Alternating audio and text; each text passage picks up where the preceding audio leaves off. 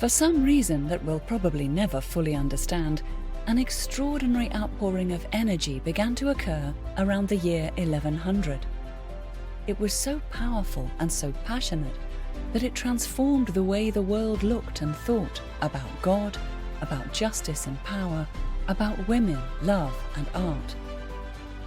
This story starts with the almost unbelievable life of the woman we will come to know as Alienor of Aquitaine. Alienor had virtually everything this life can grant: sunlit beauty, inherited power and wealth on a phenomenal scale, kings as husbands, kings as sons. She lived an epic life in the middle of a whirlwind, entangled with 5 mightily powerful men who fought for more than a century to control Western Europe. Surrounding them is an incredible array of people who lived in that world, doing incredible things, from building stone cathedrals that streamed with sunlight, to fighting 2 crusades, to inventing fictional characters we still read about. We know of only a few of them, and what we do know of even these favoured few is limited by their records and our own comprehension. Come with us as we journey to meet Alienor of Aquitaine, Henry Plantagenet, Richard Lionheart, King John, and all the remarkable people surrounding them. To be in their presence is an exhilarating experience. Won't you join us? Welcome back to Lion's Forge. My name is Beckett, and I want to tell you a story. An epic, true story of 5 kings and the Lion Queen. Episode 10, 1147. To the east. Louis, Alienor, and the French needed more than a year to prepare, but Conrad, with a far later start, seems to have benefited from the 12th century version of German efficiency. He assembled his entire army in a mere 5 months. The best estimates now are that there were about 30,000 German combatants, of which some 6,000 were knights. The French forces numbered some 45,000. In addition, there were some 10,000 non-combatants planning to follow along, from Queen Alienor and her entourage of noble ladies to pilgrims who, rather mistakenly, viewed the crusade as their best chance to make it safely to Jerusalem. The 2 forces met in early February 1147 in northeast France, near the site where the Romans had beaten back Attila and his Huns 1,000 years before. Perhaps it was hoped that the historic good fortune of the place would bless this new army setting out to defeat the Saracens. All agreed that their goal was to retake fallen Edessa, lost on Christmas Eve of 1144 to the brilliant Zengi. That invaluable keystone of the Latin East had to be reset. We thus have before us the picture of some 85,000 individuals and their support networks preparing to travel east. They were en route to the greatest western city in the world of the 12th century, the fabulous walls of Constantinople, the 2,000-year-old capital of the late Roman and then the Byzantine worlds, one of the most fabled cities on earth. It lay at the easternmost tip of Europe on the shores of the great natural harbor called the Golden Horn, and faced across the narrow blue-green waters of the Bosphorus into Asia. Massively larger than any European city then in existence, wealthy thanks to growing trade between East and West, and an advanced tax system that fed from it, Constantinople was glorious. Russian envoys had enviously written home 2 centuries before that they didn't know if they were in heaven or on earth after entering the doors of the magnificent Cathedral de Hagia Sophia, Holy Wisdom. To get there, both armies and their immense wagon trains, swollen by Alienor's entourage, would have to cross half of Europe, along with the better part of Byzantium. There were 2 accepted routes. One was to slide south into Italy and then go by ship across the Mediterranean, departing from the east coast of Italy. If your ship didn't go down in a storm or torture you nearly to despair with seasickness, the sea route was a quicker trip, easier on men and animals. Unfortunately, it was frighteningly expensive, especially when tens of thousands had to book passage. Roger, king of Sicily, who controlled the eastern ports, unmistakably favored this approach, so clearly of potential benefit to resident shipbuilders, merchants, and prostitutes. However, Roger and Conrad vehemently disliked each other, which made it unlikely that the Germans would go by sea. The Byzantine emperor, Manuel Comnenus, who hated Roger even more than the Germans did, argued in favor of the well-known land route which had been used 50 years before during the First Crusade. Conrad and Louis agreed. The two would cross Europe separately and meet in Constantinople, forming a giant invasion force to battle the infidels. Let us consider even 20,000 armed men, possibly somewhat short on both discipline and training, heading anywhere at the same time. They would in turn take their personal support systems, servants, blacksmiths, arrow makers, chaplains, and stalwart men to carry the boats overland, not to mention the women who have always followed armies, some to watch over their husbands, and some to watch over other people's. Supplies and attendants would require hundreds of carts, which in turn would mean thousands of pack animals. Medieval soldiers did not benefit from computerized supply lines, but they still intended to eat every day. And there were thousands of horses and mules who felt the same way.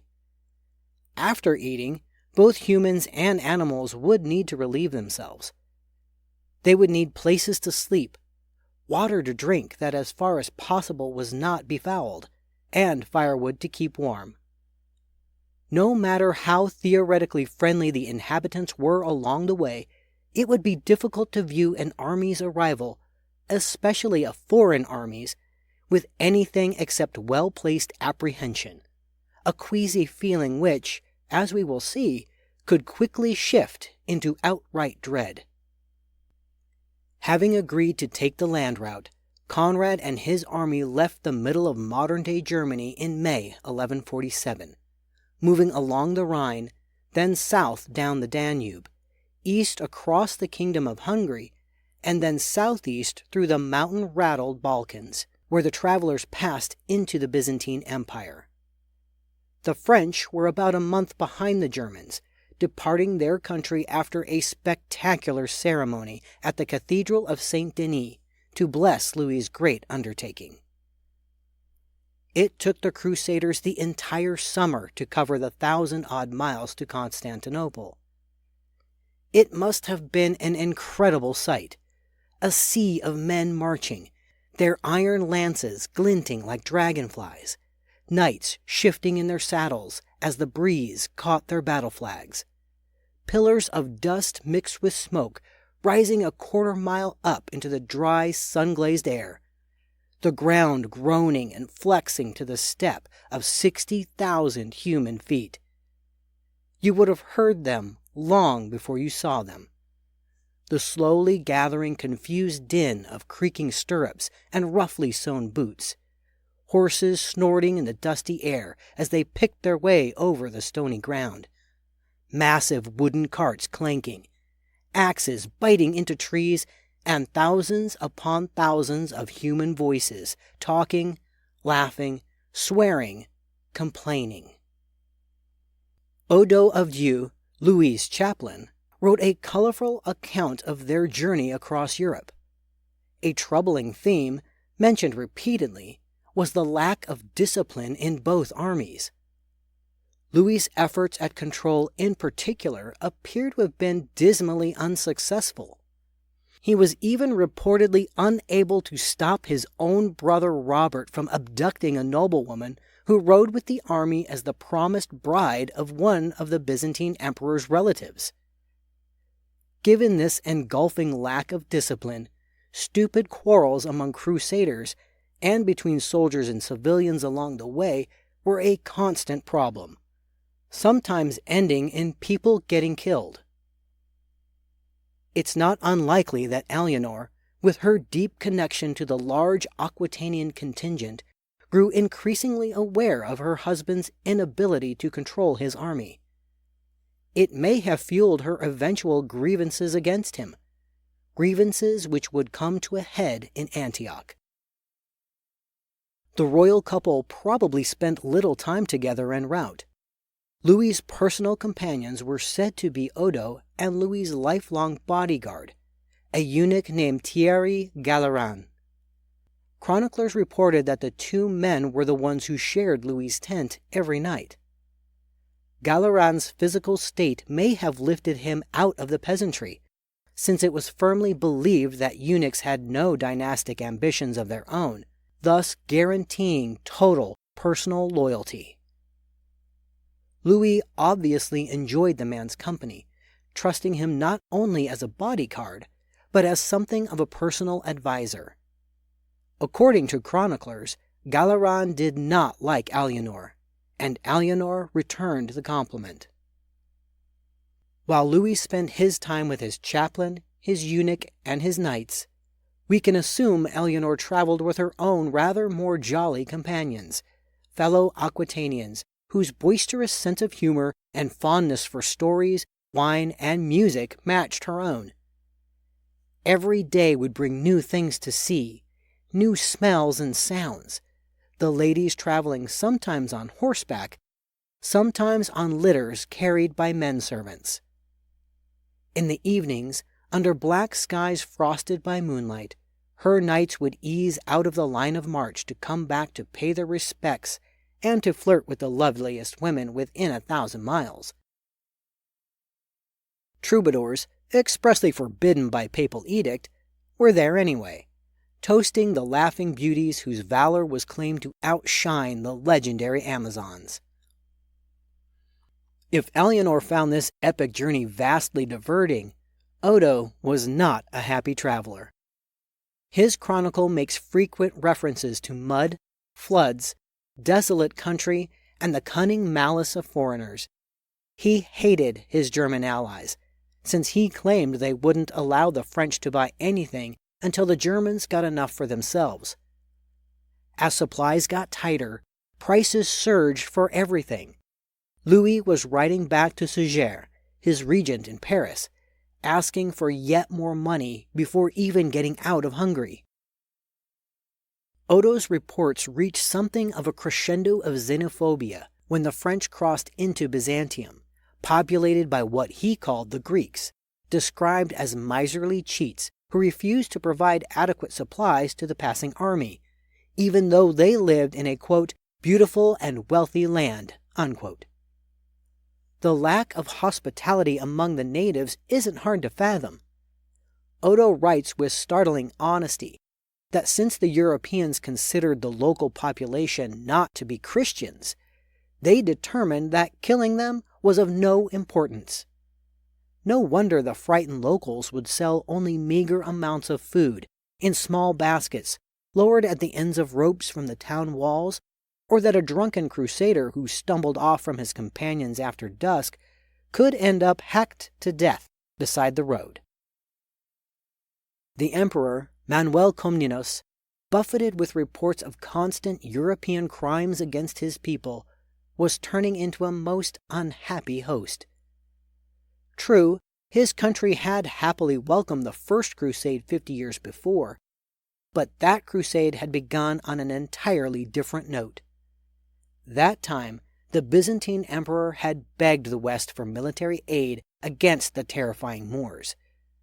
This time, Europeans were streaming toward Constantinople primarily because of the loss of their Edessa and their worries about what Edessa's fall might mean to them.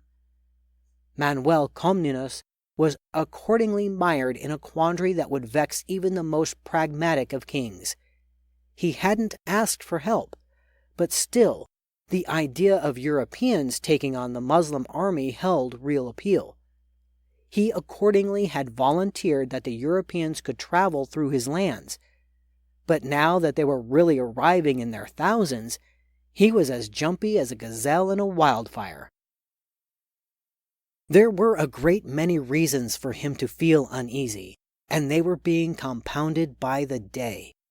For one thing, no love had ever been lost between Constantinople and the capitals of Europe, thanks to the constant lack of European deference to the Byzantines, who rightfully saw themselves as a great imperial power, with a history linked to Rome itself. Then, too, there was an unhappy record of mutual grudges that dated back to that First Crusade. Europeans had plundered, murdered, and raped like savages when they crossed Byzantium back in 1096. The emperor of the time, Manuel's grandfather Alexius, got even by offering little help when the Crusaders were in the thick of their brutal battle to take the Muslim stronghold of Antioch. Now this new mob of Crusaders was grabbing what they wanted as they pounded their way across the country. Half of Manuel's empire raged about the damage being done to their fields, markets, olive groves, wells, flocks, and daughters. Another thorn in the Byzantine side was their deeply unpleasant relationship with Roger of Sicily. The Byzantines liked to think that the island kingdom of Sicily as rightfully theirs, a belief that went back the better part of a millennium, even if their conviction was not always supported by fact. At present, their view was frankly not at all supported by fact, since Sicily was controlled by Roger and his Normans, people from the far-off forests of northern Europe who were infused with a good deal of Viking blood. The Normans were as ferociously bellicose as fire ants. Just ask the Saxons what they thought about a Norman named William the Conqueror. Normans had fought in the First Crusade, and there were old rumors, probably true, that they had plotted to attack the Byzantine capital when they had last been in its sights a half-century before. While they hadn't done it, they had taken hold in Sicily, just over the Byzantine horizon, pushing the Byzantines aside. Now here was a new flood of Norman crusaders sweeping across his lands, and Manuel's anxieties on that score probably weren't relieved when Roger decided to raid hard along Manuel's coastline at the same time. The emperor must have belatedly considered what it meant if tens of thousands of these semi-barbarians from the west, with marginal levels of discipline and low thresholds of boredom, were going to camp outside his fabulous walls. Louis and his army reached the magnificent city on October 4th, 1147, a month behind the Germans, who'd been the worse of the two as they traveled across Manuel's lands. They had already been forcibly urged by Manuel to take themselves east across the Bosphorus, away from the precious capital. But while he'd had sped Conrad and the Germans off to the east with a haste that bordered on the insulting, he and his European wife, Empress Irene, born as the less regal Bertha of Bavaria, were more gracious to the Capets. When Louis arrived at his gates, Manuel sent a reception committee worthy of the visiting monarch, whom he received at his palace with an imperial kiss of peace. The French were staggered by the wonders of Constantinople. Even hypercritical Odo admitted to being vastly impressed by the city, commenting on its beautifully decorated buildings, the abundance of fresh water stored in tremendous underground reservoirs and carried through the city by a system of buried pipes, astonishing markets, beautiful churches, and what he described as, quote, the unprecedented triple pleasure of seeing the sea, the countryside, and the city itself from the roof of the imperial palace of Blachernae, unquote. While we sadly can't know if it's true, an epic poem written years later describes enchanting golden figures of children crowning the palace, each capable of lifelike laughter, and of music played upon ivory horns whenever the wind blew. We do know that the imperial throne could be elevated up into the air thanks to a system of screws and levers, and that the emperor enjoyed the roaring of mechanical lions and the singing of mechanical birds perched in trees made of gold. So the idea of mechanical children playing on the roof isn't entirely improbable. Shaded by prized trees, cooled by fountains, every turn of every walkway held new riches for astonished European eyes. Every color of skin and every type of dress known to the world walked the streets in this place. Markets offered unknown spices, cardamom, coriander, saffron, cumin, candied rose petals. Louis's host, Manuel, was a contemporary of Louis, barely 30 years old. According to mosaic images, he was tall, slender, dark, and quite handsome. Having outlived 3 older brothers to gain the throne, he was considered generous, brave, energetic, brilliantly intelligent. He had studied medicine and was fond of such sophisticated entertainments as tournaments and theatrical performances. One might sit with him and debate Aristotelian ethics over platters of melon and honeycomb, while fountains splashed softly in the background. One does wonder what Alienor thought of her engaging, attractive host, and he of her, the storied young European beauty. Manuel made time to tour the city's graceful, leafy streets with Louis, showing him the priceless relics so dear to Louis's heart. The holy lance that pierced Christ's side, the crown of thorns, the Magi's gifts to the baby Jesus, the stone that had been rolled from the door of his tomb on the first Easter Sunday. The French royal retinue also saw the incredible wonders of Hagia Sophia, lit by 10,000 candles, and the imperial palace, so grand that even Odo was thrilled, writing feverishly that it surpassed anything he had ever seen.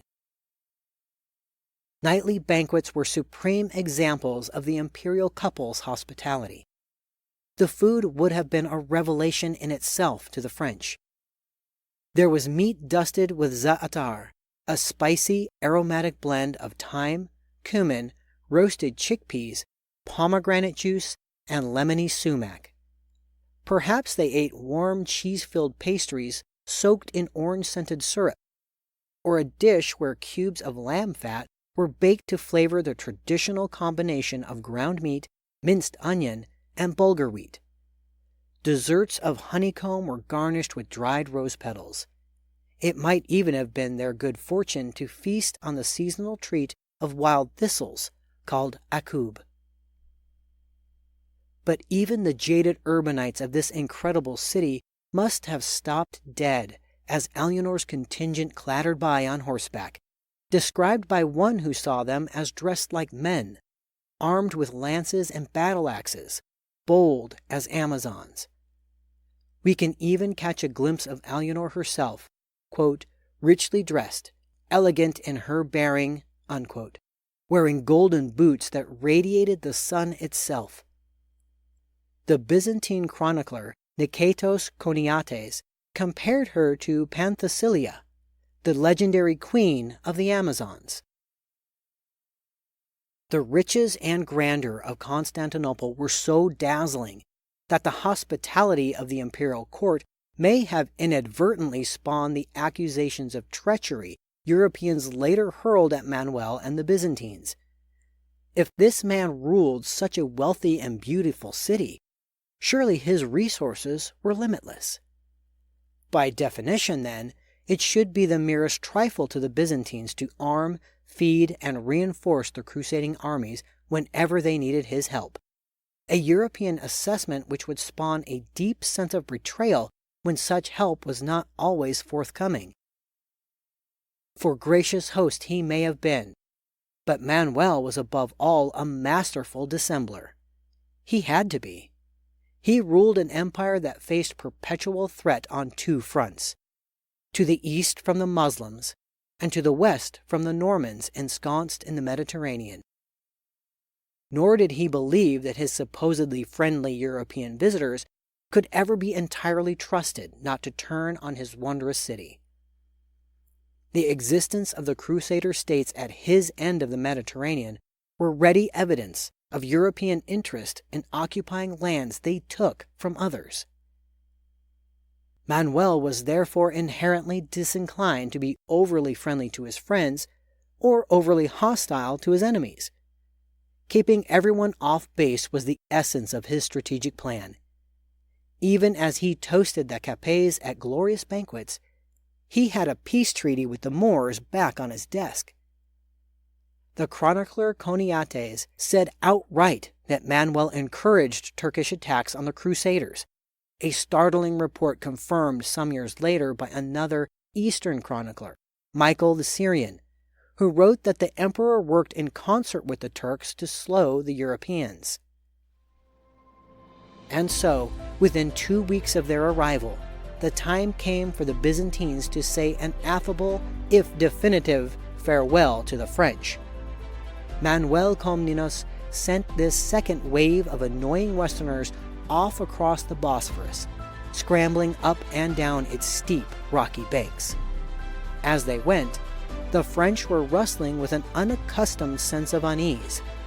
There had been a partial eclipse of the sun, which everyone feared as a signal of evil to come. And in his haste to move everyone along, Manuel had deprived the two armies of the chance to meet in Constantinople and make plans for their campaign against one of the toughest fighting forces in the world. Separated by several weeks, effectively as disconnected as if one of them were on the moon, the Germans and the French were each on their own. The Saracens lay ahead. We've come to the end of our story for the time being. I am Beckett Arnold, narrating from the book Lion's Forge, adapted for us by the author, Karen Markle Knabb. A big thank you to Francis Butt for voicing our introduction. If you like what you hear, please give us a rating, follow our channel, and share us with your friends. Most importantly, please join us again, October 2nd, for the next episode of Lion's Forge, available everywhere you get your favorite podcasts, streaming on YouTube with video episode trailers, and now on Facebook, where you can ask questions, leave reviews, and interact with me.